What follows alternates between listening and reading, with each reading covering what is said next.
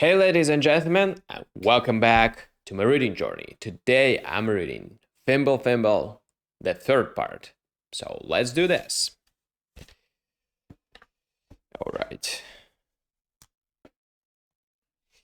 Maybe it was the climate, said Blandford lightly. Or maybe our Negras spoiled us. I'll call old Jake in now. I'll be glad to see the old William again. Just wait just a moment, said John. I've got a little theory I want to test. You and I are pretty much alike in our general appearance. Old Jake hasn't seen you since you were 15. Let's have him in and play fair and see which of us gets the watch. The old darky surely out to be able to pick out his young master with R in the middle without any trouble. The alleged alleged alleged aristocrat's superiority of a rib ought to be visible to him at once. He couldn't make the mistake of handing over the timepiece to a Yankee, of course. The lobster buys the dinner this evening. The loser buys lobster, sorry. The loser buys the dinner this evening and 2,015 and 1 divided by 2 callers for Jake. Is it a go? Is it a go? Blandford agreed heartily. Percival was summoned and told to usher.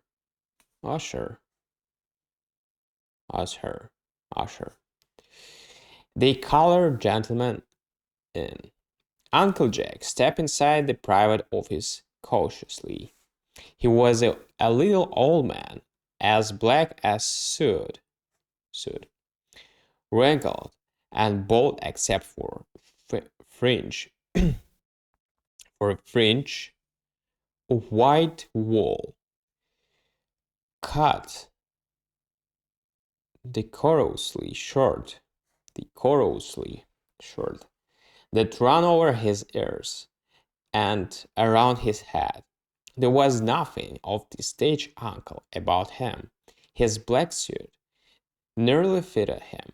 His shoes shone, and his straw hat was banded with a gaudy ribbon. In his right hand he carried something carefully concealed by his closed fingers. Uncle Jake stopped a few steps from the door. Two young men sat in their revolving desk chairs, 10 feet apart, and looked at him in friendly silence. His gaze slowly shifted many times from one to the other. He felt sure that he was in the presence of one, at least, of the revered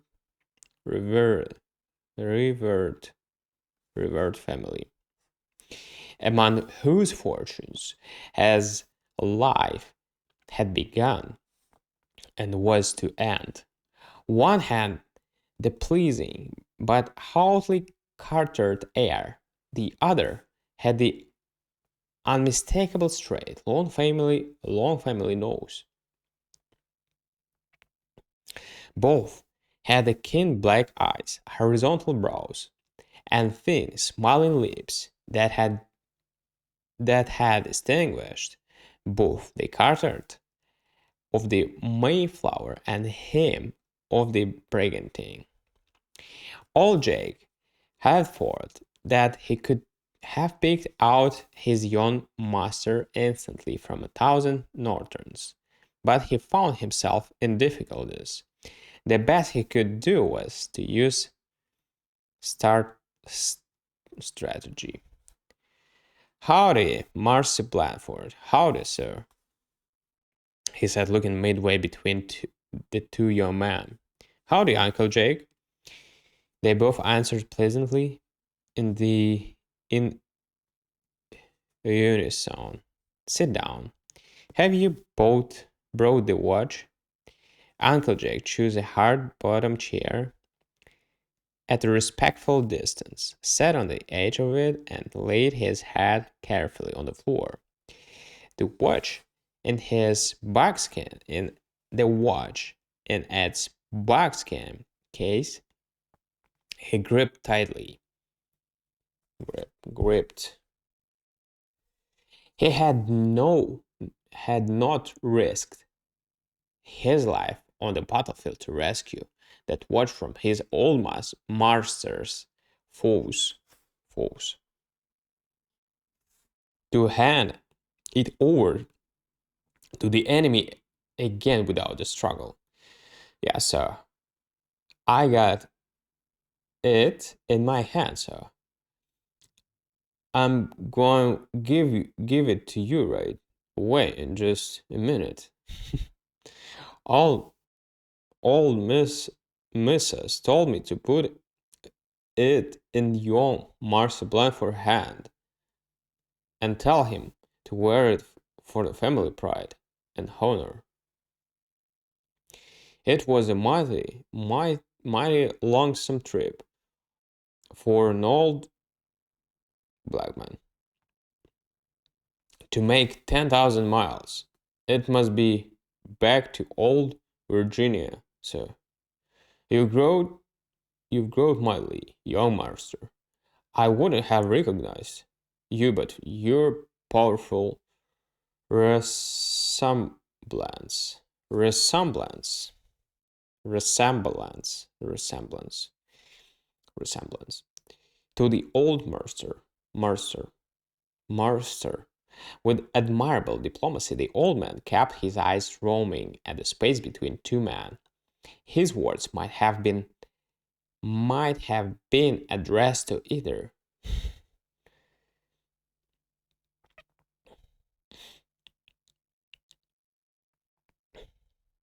Though neither Wick nor perceive, he was seeking for a sign.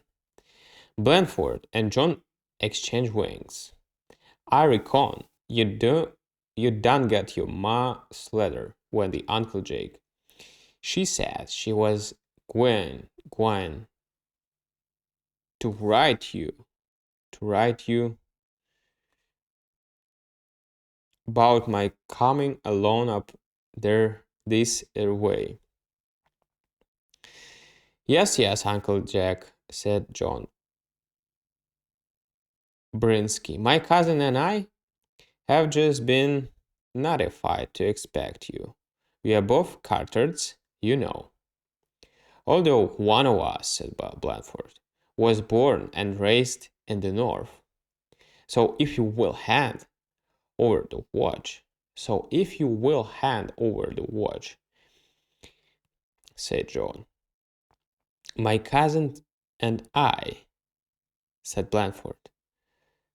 Will then see to it, said John, that comfortable quarters are found for you, said Blandford. With credible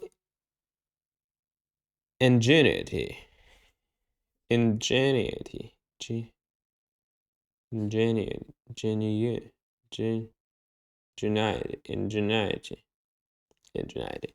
Old Jake, set up and set up a cackling, high-pitched, protracted laugh. He bit his knee, picked up his head, and bent the brim in an apparent paroxysm of humorous appreciation. The sager afforded him a mask behind which he could roll his eye impartially. impartially between above and beyond his two tormentor. I sees what? He chuckled, he chuckled, he chuckled.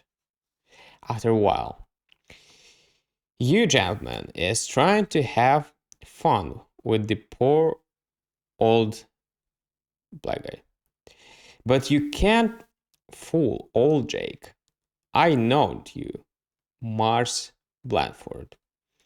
The minute I set eyes on you, you was a poor skimpy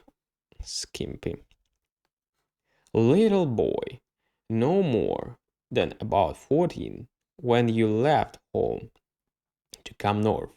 But I knowed you.